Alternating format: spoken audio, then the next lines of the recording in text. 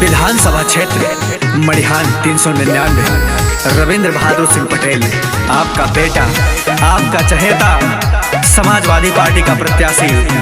आप अपना मूल्य मत देकर के माताओं, बहनों, भाइयों भारी से भारी मतों से विजयी बनाने का कष्ट करें। ए भैया रविंद्र पटेल के जिताई दो, ए भैया रविंद्र पटेल के जिताई दो। साइकिल निशानिया के बटन दबाए दो, साइकिल निशानिया के बटन दबाए दो। ए भैया, ए भैया, ए भैया रविंद्र पटेल के जिताई दो, ए बहनी रविंद्र पटेल के जिताई दो। ए चाची भुलैया मत साइकिल निशान पे बटन दबाइया।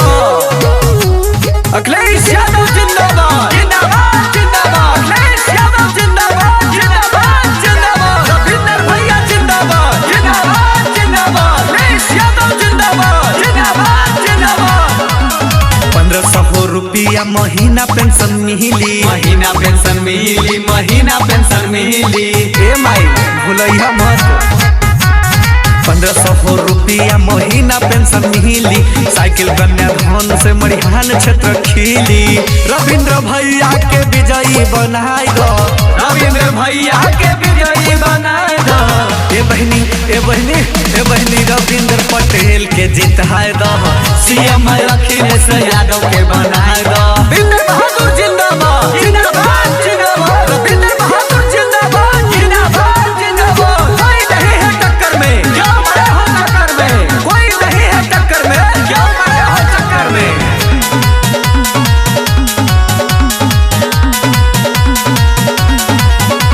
गरीब नौजवान छात्र सबके हक मिली, सबके हक मिली हो, सबके हक मिली, सबके अपन हक मिल जाइए। गरीब नौजवान छात्र सबके हक मिली, 300 यूनिट बिजली फ्री में मिली। अखिलेश भैया के सीएम बनाए दो, अखिलेश भैया के सीएम बनाए दो। ए बहनी, ए चाची, ए दादी, ए दादी रविंद्र पटेल के जिताए दो, ए चाची रविंद्र पटेल के जिताए दो। ए भैया रविंद्र पटेल के जिताए दो, ए भैया रविंद्र पटेल के जिताए दो।